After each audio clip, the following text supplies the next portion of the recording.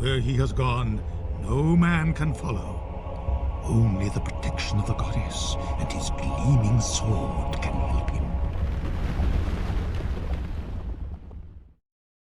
Now, pray tell me, have you ever heard a more Giga Chat introduction to a level than that one? Have you been searching all those years for the perfect Conan game? Have you ever wanted a game that's like the first couple of Manowar albums morphed into one unforgiving, blood and iron flesh-rending experience? Or have you played all of Funcom's masterpieces and still craved more violence, more bloodshed, more dying over and over again? You've gleamed the dark web and beyond, traversed the infinite gulfs beyond the mortal's scan, reaching as far as the outer hells, and had recoiled at that cold touch of emptiness. Well, look no further than 2001, when this brutal masterpiece was hacked out from the primordial elements. You might have heard of that game though, hushed whispers of fear and awe. Older gamer gurus of your childhood speaking in reverence, but you were too young, too naive, too fragile to comprehend. Such wonders come at a great cost, but every once in a while fate offers a chance, and a recent somewhat polished Steam edition has emerged onto this world, and luckily for you it's quite often on a 50% discount.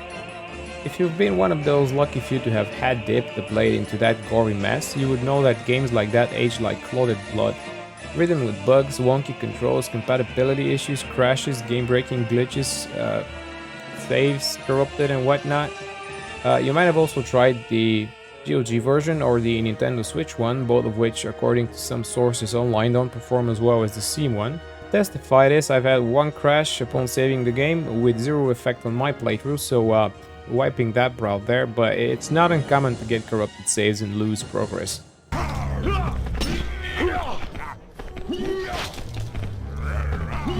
Just glitched? Well...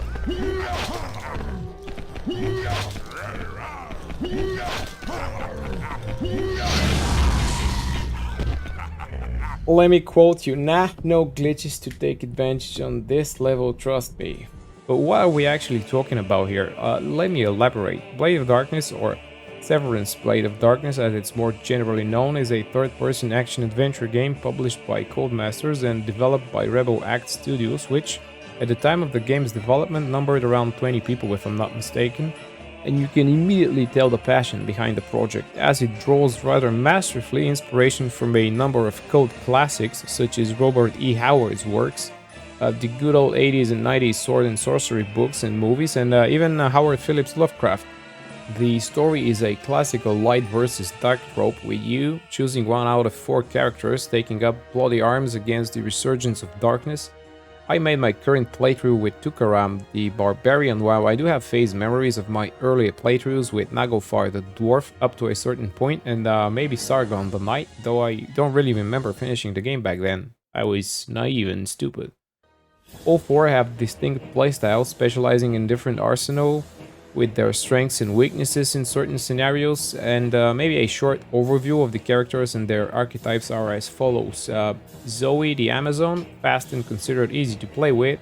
Sargon the Knight, easy combos, can get heavy armor later on, so it makes it more of a safe bet if you're not familiar with the playstyle. Nagofar the Dwarf, considered the hardest to play with due to difficult combos, and Tukaram the Barbarian, somewhat in the middle ground perhaps. Hitboxes, size, mobility, even the height of your character compared to the enemy all play a huge role in what is seemingly a rather janky piece of a game, but you'll be surprised at how important that is. It almost makes for one of those bizarre memorable experiences in certain games where you sort of try to use all that jank to your advantage, or die miserably. Apart from all the different weapons that you need to find throughout the levels, of which you will have a list by pressing F1 with their combos and level requirements, you'll be trying to master some combos. These are already learned, meaning you have them once you've reached the level that is required for you to perform them, and are also wielding the relevant weapon type. You will also need to manage your stamina, and while wielding that new big sword you found might sound like a good idea right now, you also gotta make sure you're able to swing the combos without overreaching or running out of breath. You also need a bow and a quiver, and make sure to keep that throughout the whole game, since there are many instances where you need to punch a few arrows through some mechanism. There are unique weapons as well, that all have some sort of elaborate combo with various effects. For example, a life-stealing sword, or just forget that and go with the ice axe. Just trust me. Different enemies require different tactics, a planned approach, and though it might seem like a game too old for a thing like that to be implemented, uh, there are vulnerabilities, such as skeletons being weak to bludgeoning and big ogre types of enemies being weak to slicing weapons, and armored fuckers blocking swords and so on. So even a few mistakes can lead to a grisly dismemberment. Even weaker minions have devastating combos and chain attacks and follow-ups, and can surround you and make mincemeat out of you in seconds. With all this in perspective, many people are referring to the game as the birth of soulslike, one of the first to inspire From Software's releases, and the comparison is by all means and sense justified.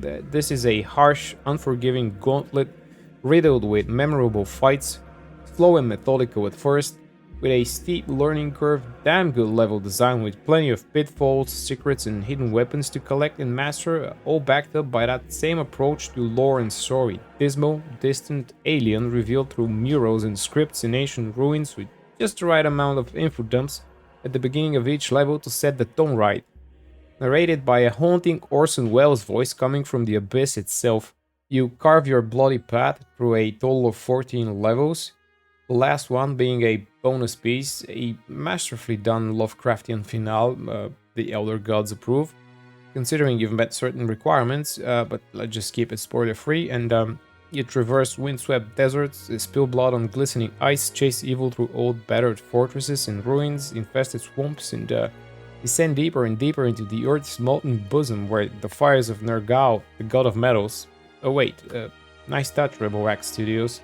You will also need to manage your resources, right, and backtrack sometimes, maybe, if you've left the potion on the ground, the one that you don't need right now but you can't carry. So replaying the game will make you remember all of the hidden niches and secret areas. Every corner where something valuable lies, something that could well turn the tide of battle to your advantage. Here we go. Too many objects of the... Holy shit, I had one. Well, let's just drink that one and get that one and... But time is the cruel blade that gouges even the hardest of surfaces. Despite the Steam version bringing it up to date, there are still aspects of the game that might put you off at first or annoy you throughout the whole game. Be mindful though, just as a certain degree of jank is what makes Gothic, for example, so special, the same could be said for Severance Blade of Darkness. While you may have attuned your muscle memory to dodge rolling or executing perfect counters in From Software's games, the rather stiff controls here and the delayed reaction of some of the movement keys, or a sense of lag, the game registering you're moving left, for example, long after you've attacked, and therefore executing a random combo when you just want to move out of harm's way, could be a bit of frustrating. And in that sense, button mashing is not a viable option here. You can randomly hit the combo, but chances are that you just spin around, hit the wall, swing over that little orc's head and get sliced for it. Inventory management, while not as advanced as you might think, is a thing in the game, and as previously mentioned, you can carry a certain number of every type of potion, with the power potion and the full life potion limited to just one use. So throughout your fights and throughout your exploration, you'll find many potions and many enemies that carry potions as well, but you have to make sure to finish them off before they've had the chance to chug that sweet potion, else it's lost forever. There is also a limit on how many weapons you can carry, and considering the fact that you always need to carry a bow with you, you'll never be able to carry as many weapons as you'd wish. You will always have that feeling that you've thrown a valuable piece of gear away. I've heard of mods that extend your inventory and let you carry more weapons, so if that's a deal breaker for you, you might want to check these out. But you will fall, you will sidestep randomly, you will glitch and launch yourself into outer space more often than not, and you'll despair over those terrain gauntlets, so saving often and with different save slots is crucial, and in case you get a corrupted save, you can always revert or load another one, so make sure to preemptively double, even triple save every once in a while. But despite all its flaws and the many times I've wanted to pull my hair out, Severance Blade of Darkness is a game that held me in its grip from start to finish, and by that I mean literally, like I've sat through the credit section twice. So suddenly, out of nowhere, you get that old school 70s sword and sorcery comic theme for Zeta art. Just beautiful. Not that black screen where you get a list of the 10,000 people who worked on that AAA title that in the end plays and performs it looks like dog shit and gets forgotten in a month. No sir, that is the true passion right there. Rebel Axe Studios, you are unsung heroes. If you're in for some Souls-like and want to delve into what's considered by many the origins of the theme, the 2021 remaster is out there on Steam, waiting for you.